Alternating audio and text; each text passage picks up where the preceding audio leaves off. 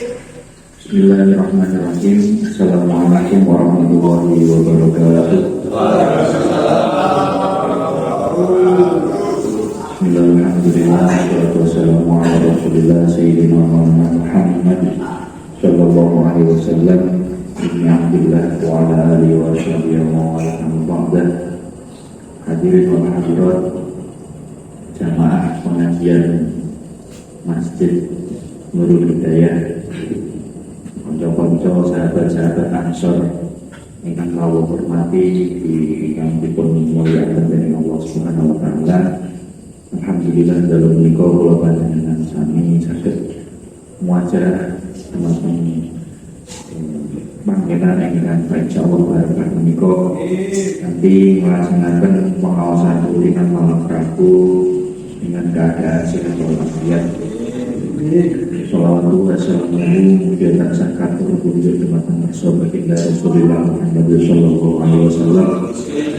Mugi kula panjenengan sami estu-estu dipun akui terus umatipun Kanjeng Nabi ugi pitados syafaat mirjane wonten dinten kiamat. Nah, pengawasan dari menika untuk tentang sholatul jamaah yang kajiannya diambil dari kitab Fathul Qorib. Monggo sakderenge kita pilih pengawasan dari menika kita buka kangge wawasan suratul Fatihah, kita kirim dari tawasul macam Rasulullah Muhammad sallallahu alaihi wasallam. Wa ila hadrati abaihi wa ummatihi wa ikhwani wa azwajihi wa dzurriyyatihi wa ahli baitihi min nabiyyin wal mursalin wa alaikum wassalam ajma'in wa tabi'in wa tabi'in wa tabi'in.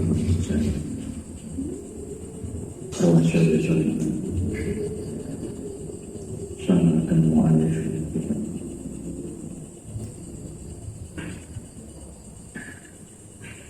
dan khususnya teman-teman kula panjenengan sedaya keluarga, kula panjenengan sedaya kerabat, sahabat, tetangga, teman, dan juga orang-orang yang mencintai kita dan orang-orang yang kita cintai, saudara-saudara seiman.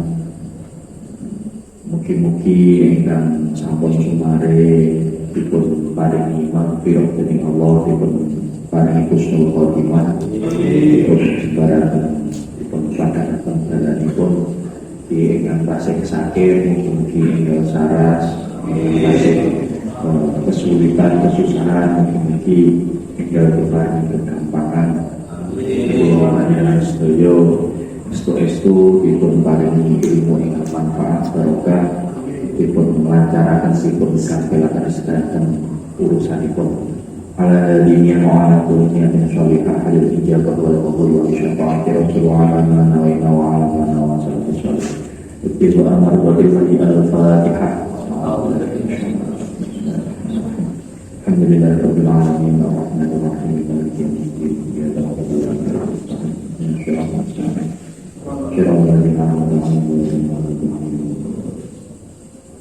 Bismillahirrahmanirrahim.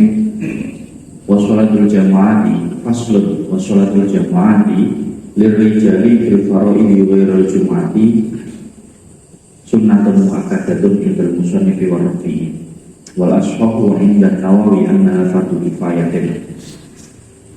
Jadi secara garis besar konsep sholat jamaah niku bagi laki-laki, konsep sholat jamaah niku menurut Kiai Musnad dan juga menurut Imam Ar-Rafi'i hukumnya itu sunnah muakkad. Jadi apabila melakukan sholat sunnah, melakukan sholat fardu secara berjamaah, maka akan mendapatkan sebuah fadilah atau kesunahan, yakni sunnah muakkad, hukum sunnah muakkad. Namun menurut qaul ashab, qaul yang lebih dipercaya, lebih kredibel, niku Indah Nawawi annaha fardu kifayah. Menurut Imam Nawawi bahwa sholat jamaah yang sholat fardu kecuali sholat Jumat bagi orang laki-laki niku hukumnya adalah fardu kifayah.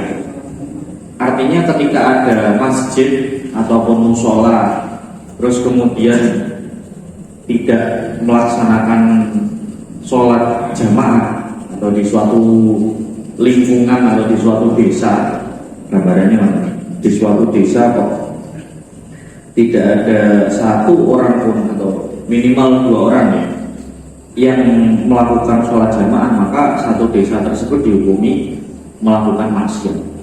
Artinya harus ada yang mewakili untuk melakukan sholat jamaah.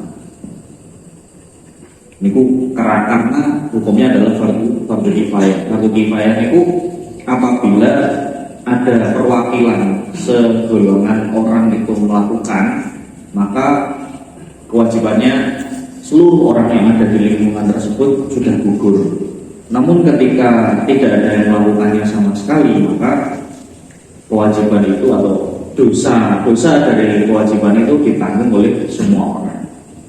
Kados tajhizul janaiz, merawat jenazah.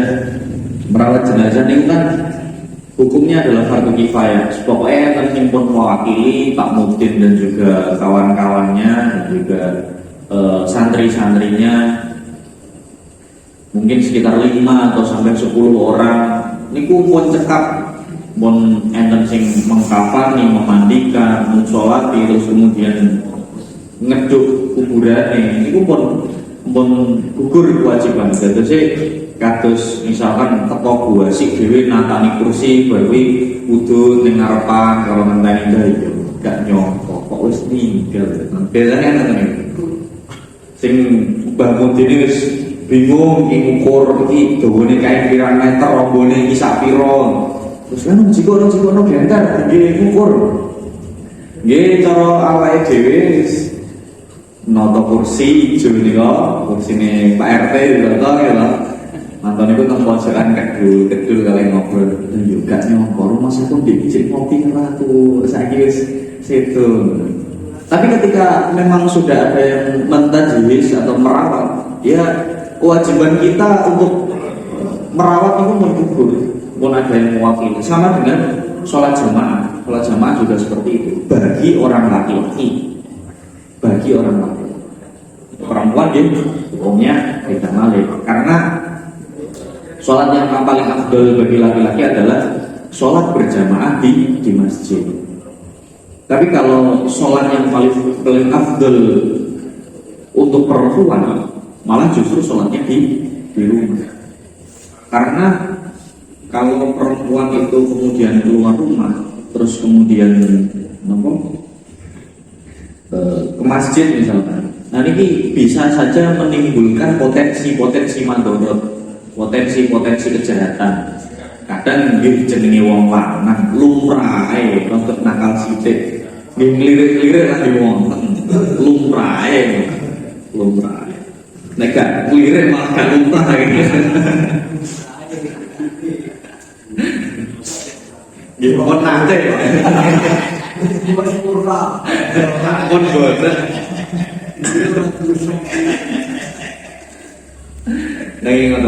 Karena kemudian madorot yang ditimbulkan lebih besar, akhirnya afdolnya perempuan itu kalau sholat malah di rumah. Boleh sholat di jamaah di masjid itu apabila potensi munculnya madorotan itu bisa diredam. Soalnya ngapunten nek bapak-bapak niku angger mangkat jamaah kan nggih wudu teng griya sarunge eling gawe kalih mlampah. Ora kalih kadang kalih watu mblayu bareng mergo wis Allahu Akbar ngoten. Wis katune menceng-menceng pati kesusu. Wis pokoke niate niat jamaah. Tapi nek yang perempuan putri niku nuwun sewu. Tasik, wah ini alisku ini gumroto ya, tak gambari dhisik ya. Wah ini urung nggih lipstick tak gambari dhisik. Terusnya ada waktu yang digunakan malah untuk ini pokoknya aku metu ini gak oleh disawang wong ketok pucet. Mesti ngoten niku. Walaupun katakanlah teng pasar ngeronggol misalnya. Pokoknya kudu celing. Wae kudu glowing. kan wis butuhe apa jenenge mangkat kerja ya sakanane klambi kerja. Nek tiang putri ngoten niku ingin terlihat tampil beda. Makanya yang lebih diutamakan adalah perempuan sholatnya di rumah saja atau berjamaah di rumah dengan anak-anaknya. Bapak kan ya jamaah ke masjid. Niki membahas tentang sholat jamaah mawon, belum ke sholat Jumat. Kalau sholat Jumat niku hukumnya fardu ain. Berarti kalau jamaah niku hukumnya fardu kifayah. Kalau sholat Jumat niku hukumnya fardu ain. Artinya setiap laki-laki yang balik dan berakal niku wajib untuk melaksanakan sholat Jumat. Semuanya, tidak bisa terus kemudian sudah ada yang melaksanakan sholat Jumat, akhirnya Jumatnya dia gugur karena orang lain sudah melaksanakan sholat Jumat. Itu belum bisa. Kemudian dilanjutkan wa yudrakul makmumu al jama'ata ma'al imami fi ghairil jum'ati malam yusallim at-taslimah al-ula wa illam ya'ud ma'ahu. Gambaran ini kan, nah ini masbuke pun pol-polan, masbuke pun pol-polan, masbuk ini nggih carane tekone pun koweri lah, benane sarung dalam melayu gak toto-toto mangan sarungnya, wangel sarungnya kayak ngepir dhewe. Maka ketika detik yang paling akhir bisa diakui bahwa kita termasuk adalah makmum atau termasuk dari bagian jamaah adalah ketika kita takbir Allahu Akbar tasih ngonani salame imam, walaupun pas awake Allahu Akbar niki dereng sempet lenggah. Biasanya yang masuk kan pas imamnya tahiyat awake dhewe kan nggih lenggah melu tahiyat wis ben serempak podo mas yo rokaate yo disaur bersahabat dari imam salam. Seorang makmum ini bisa dikatakan menjadi makmum yang sah, artinya sholatnya dihitung sholat jamaah ketika pas dia takbir Allahu Akbar imamnya dari salam yang pertama assalamualaikum noleh kan salam yang pertama sing dihitungi salam pertama, karena salam yang kedua itu buatan merupakan rukun. Ini buatan merupakan rukun. Yang rukun itu salam pertama. Kok mengke pas nanganai Allahu Akbar kok imamnya mun salam, lan itu buatan sakit dinamakan sebagai makmum. Buatan sakit dinamakan sebagai jamaah. Karena imamnya secara hakikat pun keluar dari sholat. Lah wis metu teko omah awake dhewe lagi mlebu akhirnya mboten saged bareng suwame. Kan cara sowan gandul masih yo imame wis ket mau pun matur sepindah silaturahmi awake dhewe kantun dongane kantun amin-amin itu kan panggil dihitungi sebagai rombongan. Lah niki pun kadung pamitan pun kadung salim awake dhewe lagi mlebu. Nah niki makanya tidak bisa dikatakan sebagai makmum. Berarti walaupun belum sempat duduk, jadi prakteknya misalkan kita baru Allahu Akbar, setelah sendakap ngeten ini kan ada jeda mungkin sepersekian detik, bukan langsung lenggah loh. Bukan kemudian ketika saya kalau praktekkan Allahu Akbar terus langsung duduk. Kan Allahu Akbar tangannya sendakap riyen sikap sempurna gitu, sikap sempurna sepersekian detik nih buatan damu jane. Tapi kan tetap ada prosesnya, kita berdiri dulu. Takbir kan kalian berdiri, saya sekali lenggah. Nah ketika takbir kita berdiri, posisi kita berdiri terus kemudian berangkat menuju ke duduk, ini kan perlu waktu.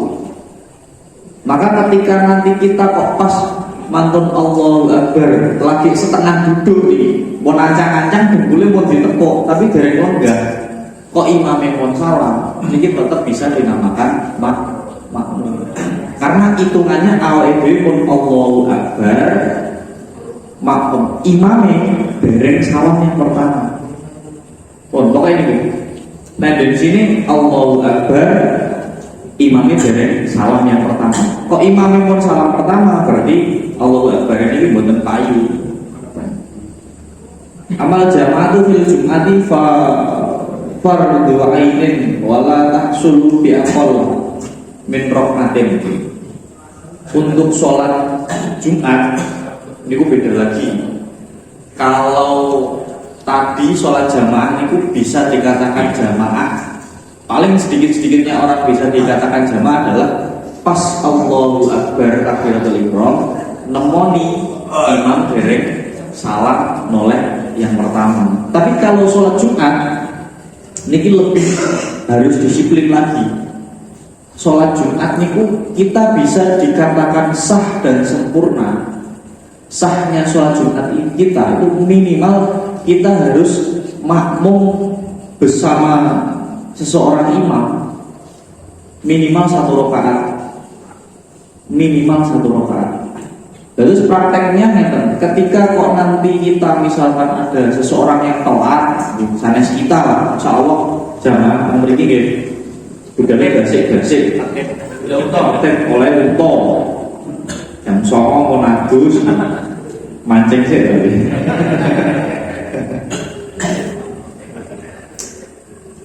Pun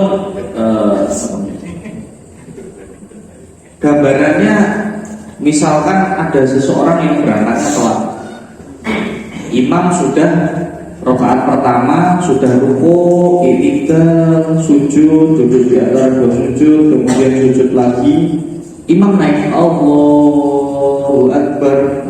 Ini yang rakaat kedua. Makmum atau yang tadi terlambat itu harus segera untuk takbir. Harus segera untuk takbir ben nemoni akola minal Jum'ati, biar menemukan sedikit-sedikitnya sholat Jumat yang dianggap sah. Kok nanti ada orang yang nuwun sewu pas imam niki rakaat kedua nih mantun maca surat Al-Fatihah, surat untuk Sabbihi isma rabbikal a'la misalkan. Terus mantun niku imam ruku Allahu Akbar. Lah enten wong dugi cik benane sarung sih, lereng benane kopiah, diputer-puter masih makan ngeceng. Terus imam sami Allahu liman hamidah. Terus yang orang yang terlambat tadi lebih Allahu Akbar. Imam sujud, terus orang yang terlambat tadi melu sujud. Nah ini sholatnya boten sah. Sholat Jumatnya boten sah. Karena apa? Dikatakan sholat Jumat yang sah adalah seseorang yang melakukan sholat Jumat minimal berjamaah bersama imam dalam 1 rakaat. 1 rakaat itu dihitungi sempurna, mulai dari berdirinya, rukuknya, i'tidalnya itu dihitungi sempurna. Boten parah di tengah-tengah. Pemenang yang kon ngonangi imamnya lungguh tahiyat, pas Jumatan imamnya lungguh tahiyat. Terus gayanya nek makmum kaya iya udah kuwe dhewe Allahu Akbar, takbir di fasih-fasihnya kan Allahu Akbar. Terus mantun niku lenggah tasawuf dari imam. Imamnya salam assalamualaikum warahmatullahi. Terus toleh ke kanan assalamualaikum warahmatullahi.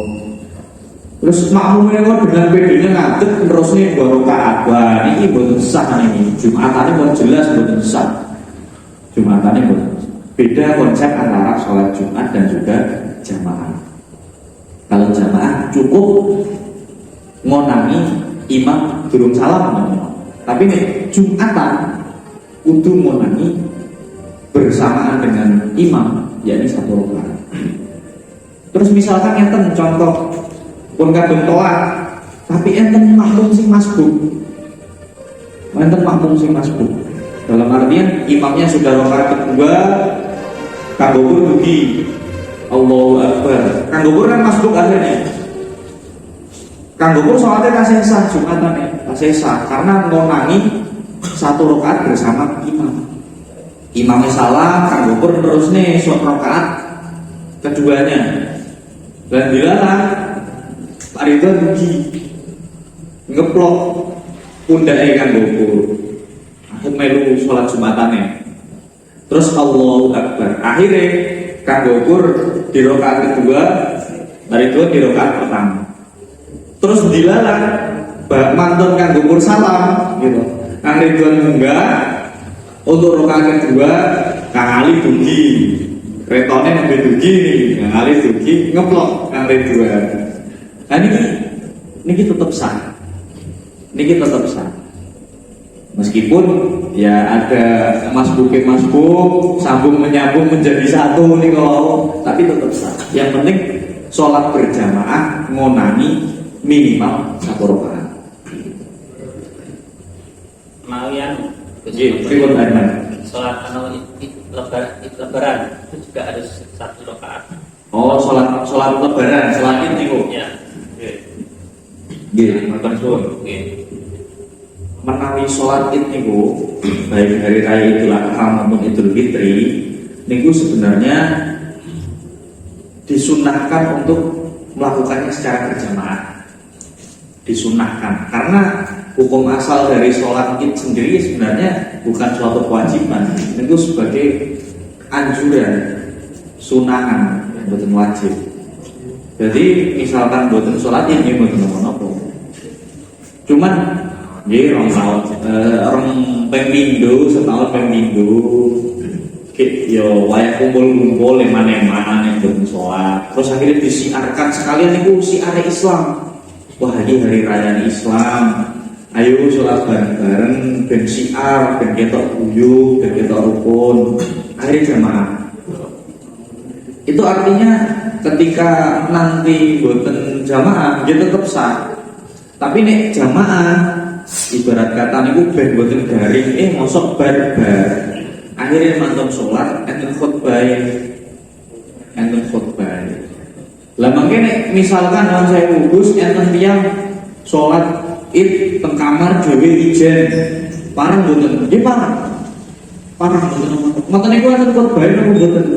Sing diarani khotbah niku menasehati, memberikan masukan, memberikan nasihat. Ittaqullah, bertakwalah kalian kepada Allah. Wa alamu anna yaumun azim. Ketahuilah bahwa hari ini adalah hari yang agung, hari yang mulia. Khutbah kan isinya menasihati. Dan ini sholat dewi ini jero kamar sing dinasihati sinten. Nggih mboten perlu di khutbah ini tentang. Nah, terus kemudian kalau misalkan prakteknya ngeten kan takbir untuk benten. Takbir yang pertama 7 kali di rakaat pertama, takbir yang kedua 5 kali gitu. Nah niku make untuk takbirnya gitu, karena awake dhewe makmum nggih nderek nang imam. Wis imam wis kadung takbir wis oleh ping 3, awake dhewe nggih manut imamnya pripun. Takbir awake dhewe gak lebih itu piye? Ya pun mboten napa-napa soalnya mau ditanggung kalih imam. Mboten usah double acara takbir dhewe. Pokoke kudu 7. Iki angka 7 itu angka keberuntungan. Pokoke kudu 7 adalah malah rusak nih mangke. Maka lain lagi. Berarti nopo niku sama kayak sholat berjamaah tadi gitu. Enggak seperti apa itu sholat Jumat harus 1 rakaat. Nggih, boten seperti sholat Jumat. Berarti hitungannya bisa dihukumi sah jamaahnya di sama seperti sholat jamaah pada umumnya.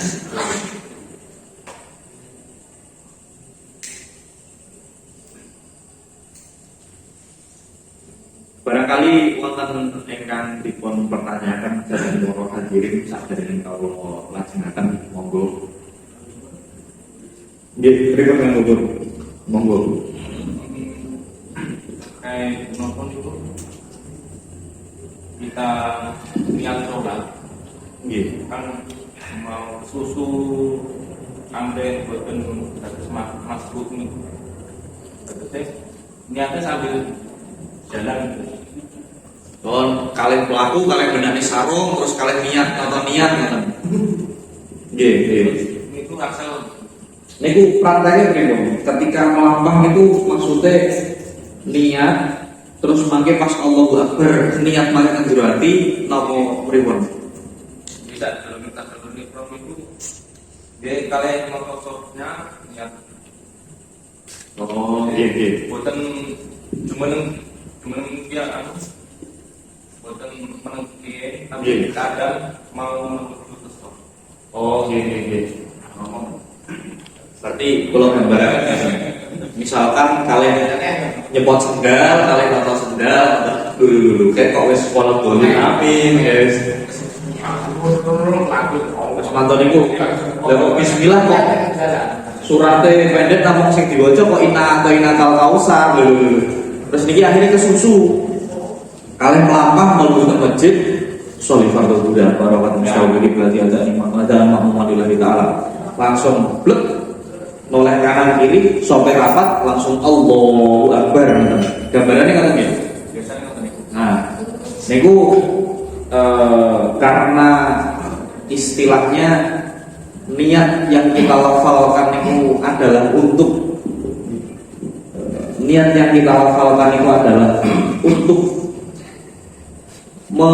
memfokuskan agar hati kita itu berpaling dari perkara-perkara yang selainnya sholat, dari tujuan-tujuan lain. Dan niat yang dianggap sah itu adalah niat yang ketika kita takbiratul ihram dan niatnya di dalam hati, maka praktek yang demikian itu tetap diperbolehkan. Jadi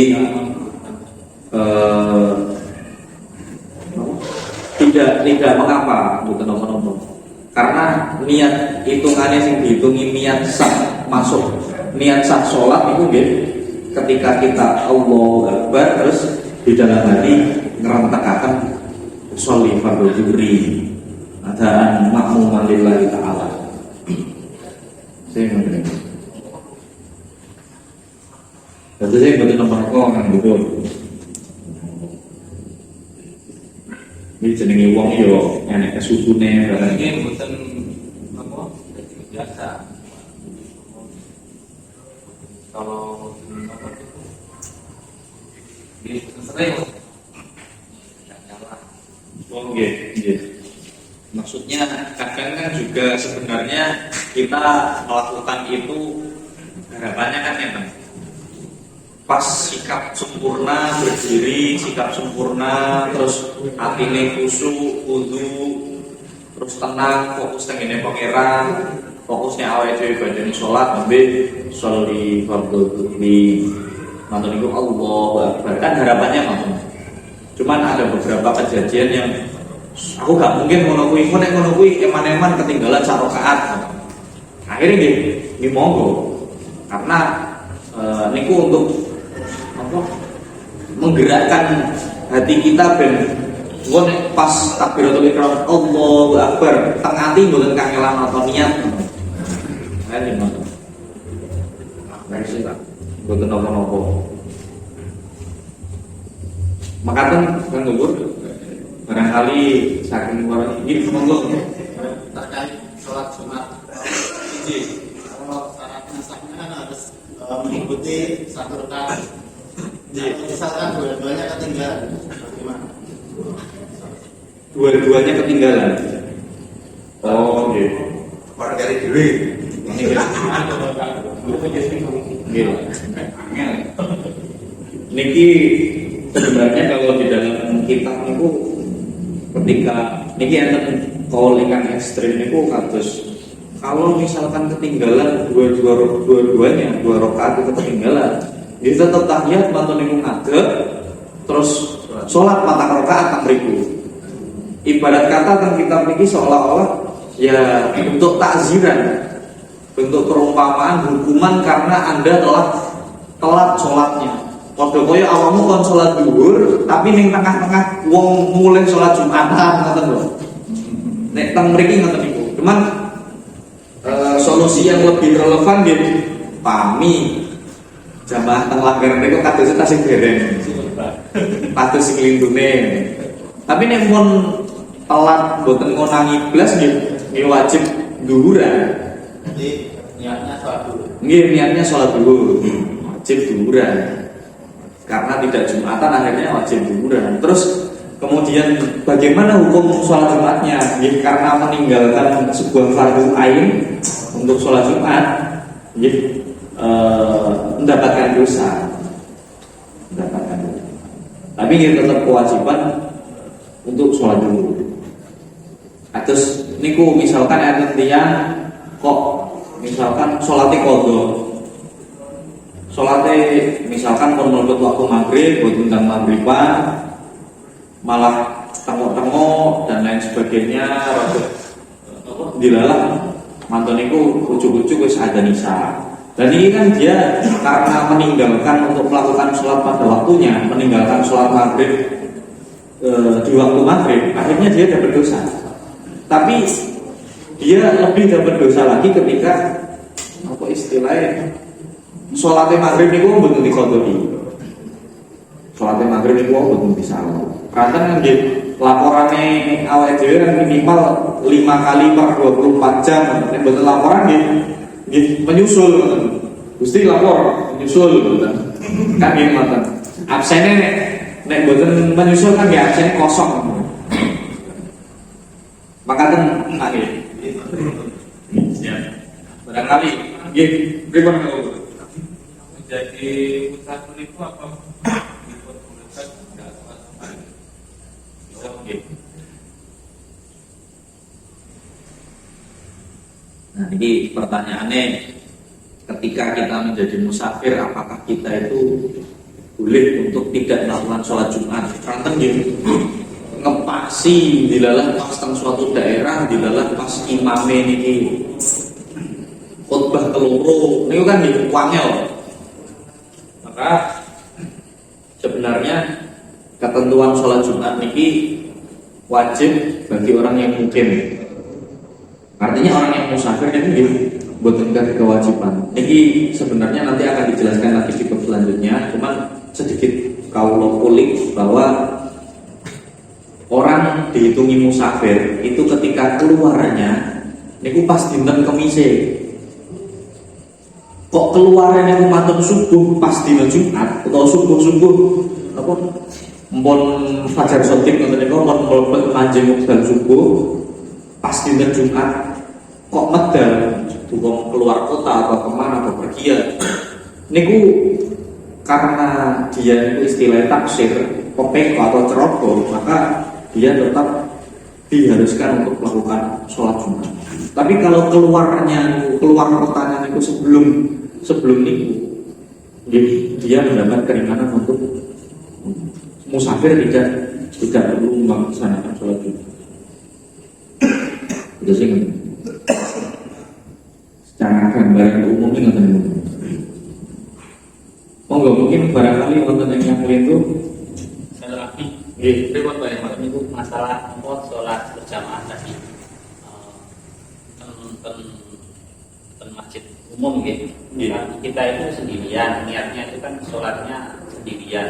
Terus ada yang menepuk dari belakang ikut jamaah itu repot. Solusinya kita gimana? Sebenarnya kan kalau ini contoh kasus, misalkan Pak Herman sholat di Masjid Nurul Hidayah niki piyambakan. Ada alillahi ta'ala, Allahu Akbar. Betul ada imamah, ada alillahi ta'ala, Allahu Akbar. Mantun itu di rakaat kedua. Pak Herman itu enten sing nepuk pundake saking mingking pamandun ugi terus ditepuk pundake. Niki Pak Herman niki punya dua opsi. Sebenarnya punya dua opsi. Opsi yang pertama, jenengan tetap pada ke munfaridan jenengan. Jadi jenengan buat usah niat dados imam, tetap sesuai. Pokoknya aku pengen sholat dewi gitu. Buat nama-nama. Walaupun Pak Madun kengkel dari makmum, tapi jenengan buat pengen jadi imam, dia buat nama-nama. Jenengan tetap sholat, Pak Madun tetap melu jetat-jeditin jenengan. Nanti konsekuensinya adalah Pak Madun angsal fadilah jamaah. Tapi jenengan hitungane sholat piyambak. Sholat piyambak. Karena nggih mboten ada qasdu ataupun niat untuk menjadi imam. Atau opsi yang kedua niku enten sing kepok. Dan ini terus kemudian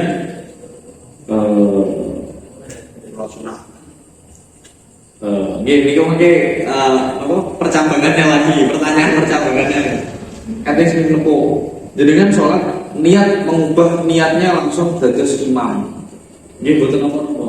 Jenengan akan menjadi orang yang mendapatkan pahala sholat jamaah dan makmumnya juga mendapatkan pahala sholat jamaah. Misal contoh niki enten tiyang niki mboten kertos. Kok Pak Mantun kepimpin ning harapan ya Allahu Akbar. Diparani kalih Kang Ali pas tengah-tengah Kang Mantun sholat. Ditepuk kalih Kang Ali. Lah Pak Mantun iki asline sholat ba'diyah isya. Nah, Kang Ali iki badhe isaan. Lah niki solusine Pak Mantun pripun? Napa nggih salate dibuyarne terus noleh aku ki badian atau bagaimana? Iya. Tapi badian iya. Takon seno. Soalnya nek takon mboten dijawab ya. Nek jawab batal salate. Iya. Lah ya. Kalau itu apa? Diwe. Itu mau piye tapi?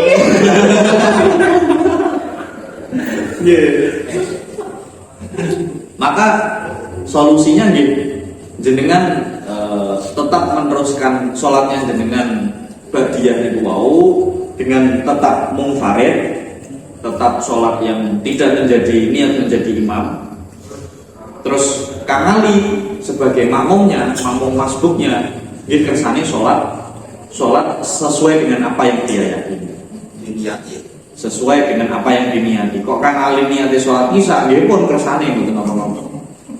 Soalnya pun kadung ini, gak ngerti. Jadi mboten apa-apa. Karena sifat sholatnya itu masih sama. Dalam artian berdiri, baca Fatihah, sholat pendek, rukuk, i'tidal, sujud. Duduk di antara sebuah sujud, terus sujud malih, terus berdiri. Sifatnya masih sama. Benten malih mungkin ketika jenengan niku melakukan sholat gerhana. Soalnya nek sholat gerhana niku i'tidale ben pindho, mantun rukuk, terus mantun i'tidal, maca surat malih, mengke rukuk malih. I'tidal sampai sujud. Nah, untuk sifat sholat yang seperti ini karena beda, akhirnya kan kue tok terlihat sekali loh. Ibarat rukuk kok bari i'tidal kok maca Fatihahnya kok rukuk, kok gak langsung sujud. Lagi sholat opo ini aliran baru ini. Aliran baru. Tak ajari bahasa semut.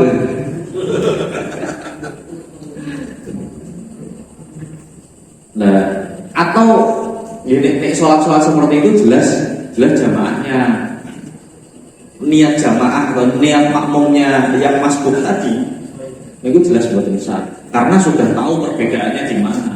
Kok rukuknya 2 kali ataupun tinggalan Pak Mantun isu-isu sholat id itu jam 9 atau jam 10 kiranya ngomongnya sudah sepi sholat id dulu.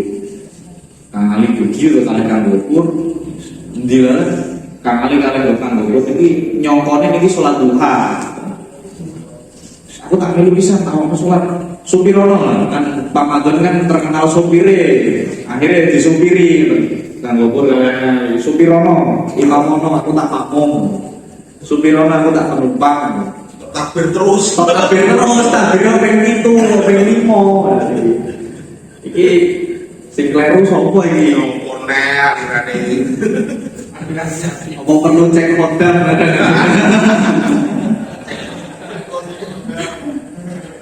Maka ketika seperti itu kejadiannya, ya jelas sholat jamaahnya mboten sah.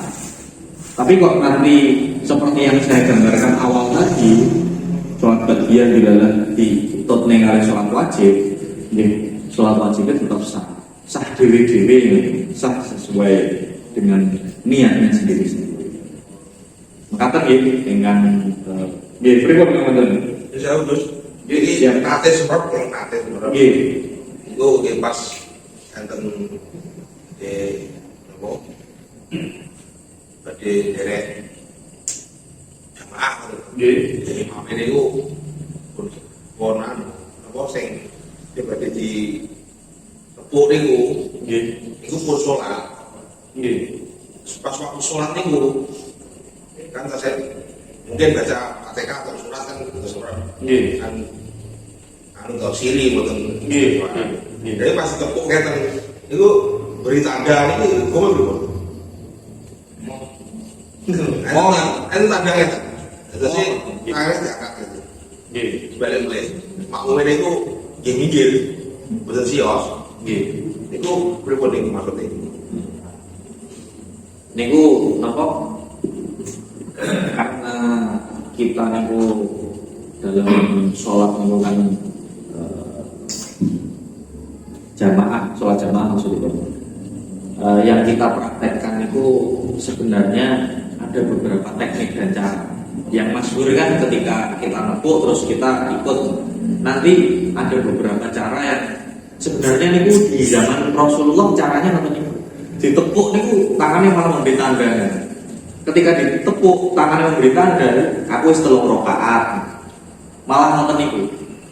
Tapi yang masyhur di kalangan kita bahwa ketika ditepuk dilalangnya niku bisa jadi bahwa dia sedang melaksanakan sholat sunnah, awak mojo makmum teng kula. Jamaah sholat dhewe. Ini sebenarnya memberikan isyarat untuk saya sedang tidak sholat wajib loh.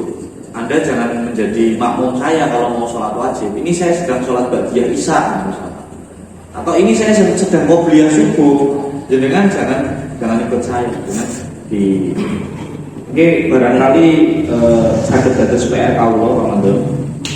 Oke, terkait dengan barangkali beberapa hadis kaifiah ketika ditepuk pundaknya oleh seseorang ketika kita sedang sholat, itu langkah-langkah yang harus kita lakukan itu seperti apa. Oke, barangkali di pertemuan depan saya dibahas malih karena dia masih bersinggungan langsung dengan sholat. apa ada yang beda-beda menurut imam menurut mazhab Oh, nggih. Ada. Cuman secara lebih jelasnya pripun mengke kawula patesi malih keterangannya. Ben cara kula matur iki langkung mantep ngono. Tasik gambarannya memang secara garis besar seperti ini. Cuman cara lebih spesifiknya seperti apa mungkin cobi kula patesaken malih.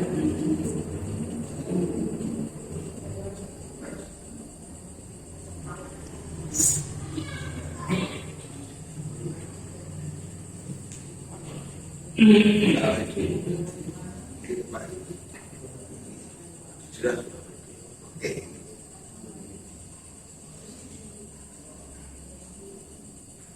Makanan barangkali sakjane kawula tutup wonten ingkang badhe dipun aturaken malih. kok ini kalau mulai bagus Nggih, terima kasih. Bisa dikatakan sama syarat itu bukan kalau masjid atau tempat ibadah. Oh, nggih. Kalau bisa dikatakan jamaah niku secara garis besar niku boten tentang masjid, dalam artian sholat dimanapun ketika kita lebih dari satu orang dan ingin melaksanakan sholat jamaah itu tetap bisa. Jadi sih, misalkan nang pom bensin, mereka kan ada musolane. Padahal musola tong pom bensin itu buat besar gambar itikaf. Musola tong pom bensin, musola tong kantor, musola yang ada di rumah kita misalnya. Ini buat besar gambar itikaf. Tapi ketika dibuat untuk sholat jamaah, ini sah. Alasannya ngeten. Iktikaf itu harus dilaksanakan di masjid. Hukum asal dari masjid adalah tanah yang diwakafkan, tanah yang dihentikan proses transaksinya karena tanah ini mau disedekahkan, dikorbankan, dipersembahkan kepada Allah untuk tempat ibadah. Entah niku namanya mungkin masjid, entah niku namanya langgar, entah niku namanya musola, niku hanya perbedaan istilah namun. Kados enten musola Nurul Iman misalkan, enten masjid Nurul Hidayah. Niku sebenarnya dua-duanya niku hukumnya sama dalam iktikaf niku mboten napa-napa. Sah. Kenapa? Karena tanah musolanya niku tanah wakaf. Tanah yang memang niku dipersembahkan untuk Allah agar digunakan sebagai tempat ibadah, tempat sholat. Musola kan isim makan atau musola itu bahasa Arab dari tempat ya untuk melakukan sholat. Kalau masjid ini tempat untuk melakukan sujud. Sami mawon sebenarnya, cuman di dalam negara kita, negara Indonesia ini istilah masjid ini diistilahkan sebagai tempat ibadah, tempat sholat yang besar yang bisa melaksanakan sholat Jumat. Kalau musola itu tempat ibadah yang kapasitasnya kecil. Harapannya nopo nek dinamakan masjid kersane wong-wong ngumpul dadi siji ning sanggon, mengki salat nang masjid itu sareng-sareng ben cukup 40 orang. Makanya yang musola ini mboten enten salat Jumat. Makanya terus kenapa kok di musolanya pom bensin, musolanya kantor, musolanya rumah kita bahkan niku kok tidak sah iktikafnya tapi sah sholat Jumatnya? Karena rumah atau musola yang ada di pom bensin niku bukan tanah wakaf. Bisa dibuktikan bahwa kok pom bensin ini misalkan tutup utawa mboten tutup lah dituku karo wong liya, pom bensin musolanya ini iso dialihfungsikan, duka dados gudang, duka dados kamar mandi, duka dados tempat istirahat karyawan. Terus misalkan musolanya dipindah nang koncotan kidul sing mburi dhewe depipil, utawa musolanya bakal ditiadakan teng pom bensin niku mboten napa-napa, mboten menyalahi aturan. Di kantor, sami di kantor misalkan di kantor di tempat di samping kantor ruang manajer misalkan niku enten musolane saitik karena niku juga sama-sama bukan tempat wakaf. Terbukti dengan misalkan kantor niki terus kemudian kontrak sewa kelas atau pengen dituku karo wong liya ditumbas sama orang lain, terus tempat sholatnya atau musolanya ini kemudian mau dijadikan tempat istirahat atau dijadikan ruang pertemuan, niki mboten napa-napa, tidak ada hukum dosa ya, karena niki statusnya milik pribadi bukan diwakafkan. Nek wakaf mana itu? Gambarannya, niku masalahnya gitu. Misal, Gini. kami satu kampung itu cuma ada 10 orang muslim. Gini. Terus buatan menjadikan sholat jamaah. Itu apa pengen dipermasalahi sedaya pengen dosa. Mau buatan ngapain jamaah. Nah niki pertanyaan yang menarik. Niki kula nate maos tapi kok ra dilamat supaya. Jadi ketika ada misalkan di suatu daerah niku yang setri toh sing lanang niku jarang, katakanlah cuma 10 orang atau 20 orang mentok. Niku apakah nanti kita boleh melaksanakan sholat Jumat seadanya atau kita melakukan jamaah sholat duhur saja? Karena minimal melakukan jamaah Jumat itu adalah 40 orang serta dengan imam. Dari 39 makmum dan 1 imam. Mungkin tidak sampai 40 orang ini solusinya pripun? Jadi orang di survei niku enten praktek Insya Allah di Botikul itu ada ulama yang mengatakan ya wis gak apa-apa saeneke jamaah sholat Jumat, tapi berjamaah sholat Jumat kok jamaahnya sholat zuhur. Enten kaul sing sajane, tapi kira-kira kaya abot wong wis jamaah sholat Jumat, wis khutbah karo ngatuk-ngatuk selir-selir kok kon sholatnya 4 rakaat jamaah sholat zuhur, memakan waktu. Barangkali ini ada solusi yang lebih mungkin untuk diterapkan mungkin kalau satu zaman ibarat itu.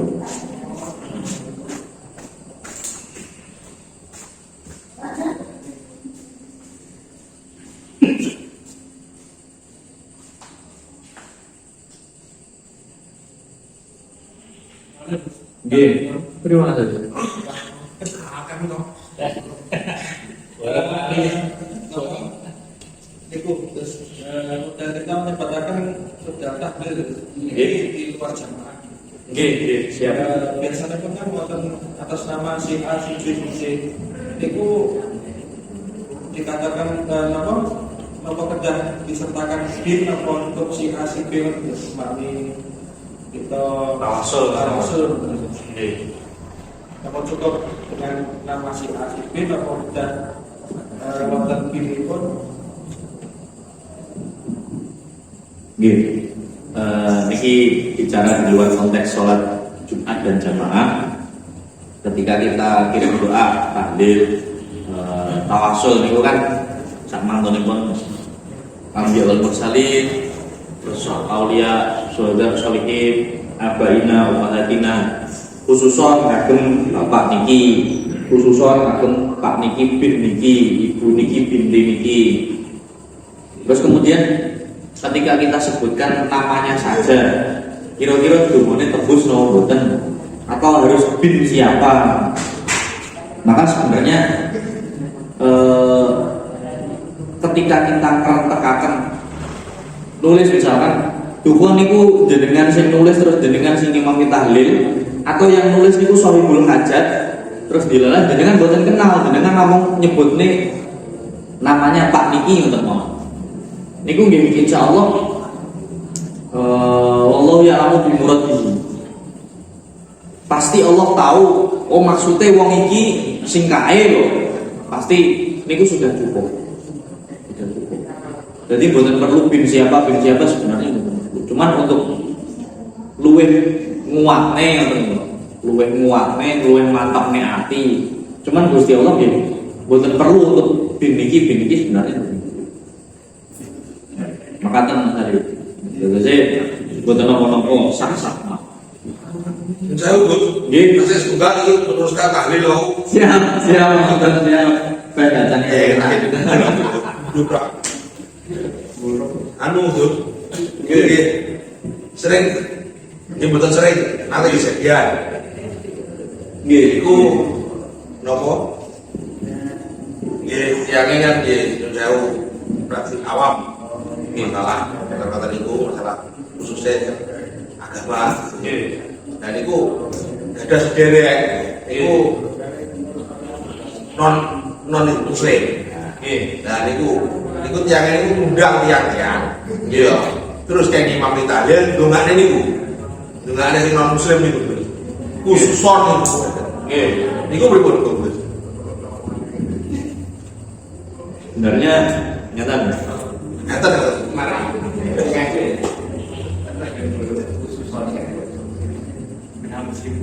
sebenarnya konsep awalnya dalam hukum beragama dan bernegara mendoakan orang non muslim itu boleh kecuali memohonkan ampun kepadanya. Jadi misalkan mendoakan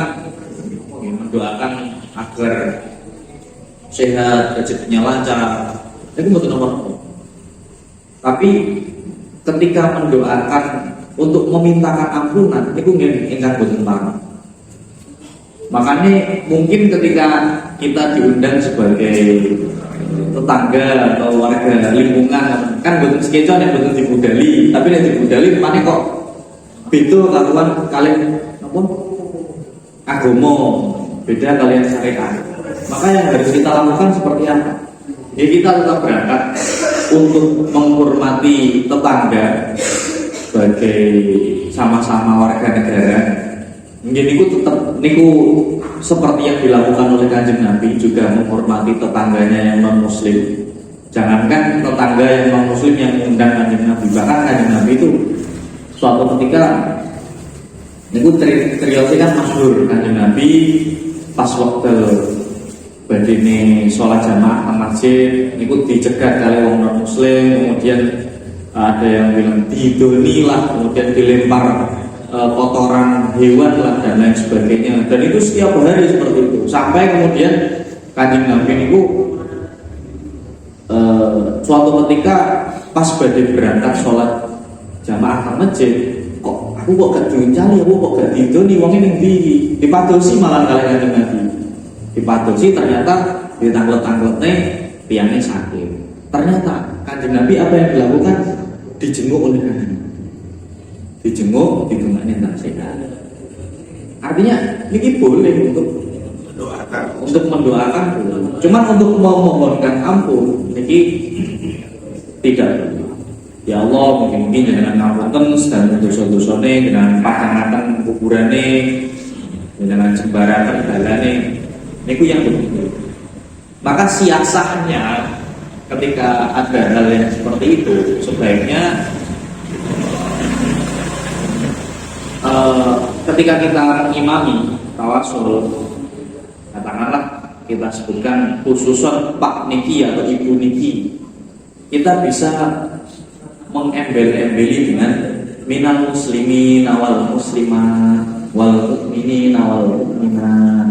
Berarti tiang ingkang kula sebutne teng kertas niki wau sedaya Gusti niki jenengan pilah piyambak Gusti.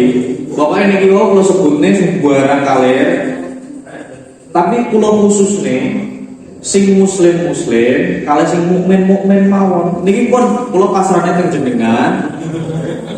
Sing penting kula nyebutne niki. Oh enak. Lagi ngoten ngoten. Nggih. Masuk, Gus. Koreksi dhewe siapa? Nanti kalau nanti kita lihat lagi dari Nggih. tanding, Nggih. itu Nggih. meninggal, Nggih. asalnya meninggal itu muslim itu akhirnya dia tetap tampil tapi bos nanti nih kita istiqbal. Terus yang buat duduk gini kan buat istiqbal. Nggih. Yang tetap duduk gini bukannya tahlilan, bukannya wong Islam kan ini main bos. Lah, nggih. Nggih ngoten iki ngoten.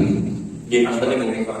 Paling boten diplomasinya seperti itu, siasatnya seperti itu. Ya tetap kita doakan, kita sebutkan khususan, terus kita tahu kita kuati dengan minal muslimin wal muslimat wal mukminin wal mukminat.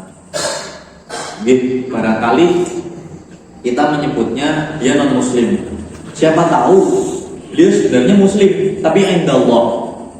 Muslim indallah niku adalah orang muslim yang sebelumnya niku beragama lain, terus badhe tobat, badhe syahadat, tapi dilalah tengah dalan badhe ini perjalanan syahadat, badhe manggi guru dereng sempat syahadat. Nah niku pun dihitungi mukmin, tapi mukmin indallah. Terus ngoten niku carane ngopeni jenazah pripun? Nggih diopeni seperti halnya yang diyakini oleh masyarakat, cuman mukmin indallah. Pokoknya diaku Islam mung Gusti Allah lah. Mergo sing ingkang mangertosi Gusti Allah, ini ku mengke gampang urusan Gusti Allah niku. Urusan awake dhewe mung ngapani karo ngeterne mekaten. Terus tahlilnya itu sebut namanya. Tahlile, Tawasule niku lho. tawasule. Sebut nih lah. Monggo disebutaken, patut disebutaken. Pamer kurang sosialisasi. Gimana kurang sosialisasi? Wong Nasrani lah enggak begini. Mekaten sementara saking kawula niki dilajengaken pertemuan yang akan datang. Terus biasanipun jam 7:30 malam Rabu Nurul Hidayah. Monggo bagi sahabat-sahabat Ansor Banser se-Kecamatan Mojokerto dan juga para hadirin dan hadirat pemirsa semuanya yang ada di YouTube juga nih, Pak Irman ya. Ini pengajian untuk umum, ini sebentar ini kopi, rokok, swantai ya. Waya materi kok nyelo aja. Aku tembus tanglet lah, los bebas pokoknya swantai. Yang buat nonton selak lali. Beruntung materi ini semari, duh mau takon nopo lali. Makanya saya akan mengatakan mungkin seperti saged dadosaken ilmu ingkang barokah manfaat setelah itu ilmu ingkang kula panjenengan sedaya angsali mugi dan juga umur yang kita dapatkan estu sedoyo segala urusan juga yang kita lakukan, perkara-perkara yang kita lakukan di sedoyo dipun diberi Allah Subhanahu wa taala. Bila marhatillahi al-Fatihah.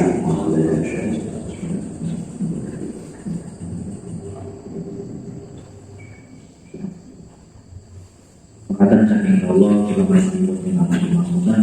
Allahumma kita aman terus. Assalamualaikum warahmatullahi wabarakatuh. Waalaikumsalam warahmatullahi wabarakatuh.